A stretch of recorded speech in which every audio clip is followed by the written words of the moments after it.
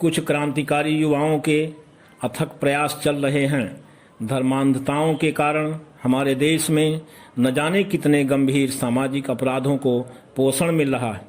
जनमानस को कम समय में बिना मेहनत अपनी सभी आकांक्षाओं को पा जाने की उतावली में अपनी मर्यादा, धन, प्रतिष्ठा और कभी कभी तो अपनी जान भी गंवानी पड़ती है, किंतु इन कुरीतियों के विरुद्ध कोई आवाज़ नहीं उठती।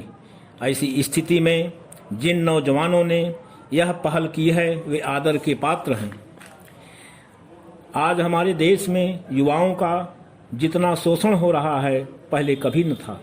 एक महत्वपूर्ण दृष्टांत है कि युवाओं ने जब भी आगे आकर अपनी शक्ति को देश के निर्माण में, समाज के सुधार में लगाया, एक नया इतिहास बना।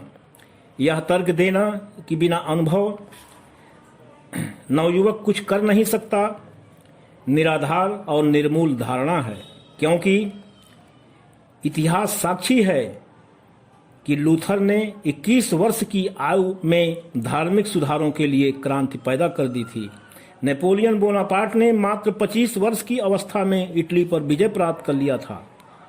न्यूटन ने 21 वर्ष में ही महत्वपूर्ण आविष्कार कर दिए थे। 21 वर्ष की आयु में ही चेस्टरसन ने उत्कृष्ट काव्य रचना कर दी थी। विक्टर ह्यूगो ने 15 वर्ष की अवस्था में ही नाटक की रचनाएं करके 3 महत्वपूर्ण पुरस्कार जीत लिए थे।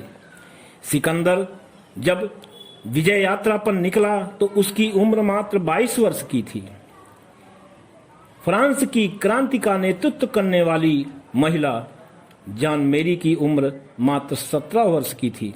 स्वामी विवेकानंद और जगतगुरु शंकराचार्य ने कम उम्र में ही अभूतपूर्व जन क्रांति के वाहक बनकर समाज का एक अभूतपूर्व निर्माण किया।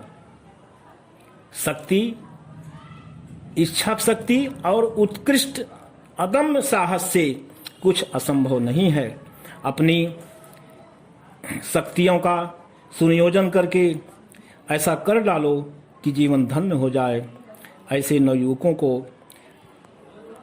नवयुवकों को तथा उनकी जननी को कोटि कोटि नमन।